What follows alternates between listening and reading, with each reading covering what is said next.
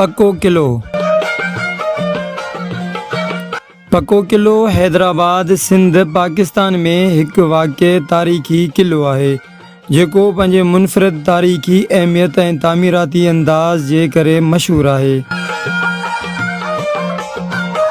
पक्को kilo मियाँ ग़ुलाम शाह कलोड़े 1768 ईस्वी में तामीर करायो हो। जॾहिं हिन हैदराबाद शहर जो बुनियाद रखियो, ही किलो कलोड़ा ख़ानदान जी हुकूमत जी यादगार सम्झो वेंदो आहे। राय ख़ानदान ऐं बाद में राजा ॾाहिर जे दौर में बि हिते हिकु पुराणो किलो मौजूदु हो जंहिंखे सदियुनि खां ज़बून हालत में ॾेखारियो वियो आहे। ग़ुलाम शाह कलोड़े गंजे टकर ते उन जी जाइ ते पकियनि सिरनि जो ही अज़ीम आलिशान किलो तामीर करायो। टालपुरनि जी हुकूमत दौरान मीर फ़तेह अली ख़ान 1799 ईस्वी में ख़ुदाबाद खां पंहिंजो गादी जो हंधु हैदराबाद मुंतक़िल कयो ऐं हिन किले खे पंहिंजी रहाइश ऐं दरबार लाइ इस्तेमालु कयो। हिन किले में हरम ऐं ॿियूं इमारतूं शामिल कयूं। 1843 ईस्वी में मियानी जी जंग में मीरनि खे शिकस्त ॾियण खां पोइ अंग्रेज़नि किले ते कब्ज़ो करे वरितो। 1857 ईस्वी में किले में थियल धमाकनि सबबु केतिरियूं ई इमारतूं तबाह थी वयूं। पक्को किलो हैदराबाद रेलवे स्टेशन जे भरिसां हिकु टकरी ते ठहियलु आहे। हिन जी पखेड़ अटिकल 36 एकड़ आहे ऐं ऊचाई 80 फुट आहे।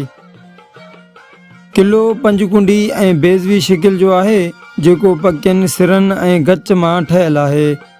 हिन जी दीवारनि खे तोपनि रखण लाइ जायूं आहिनि।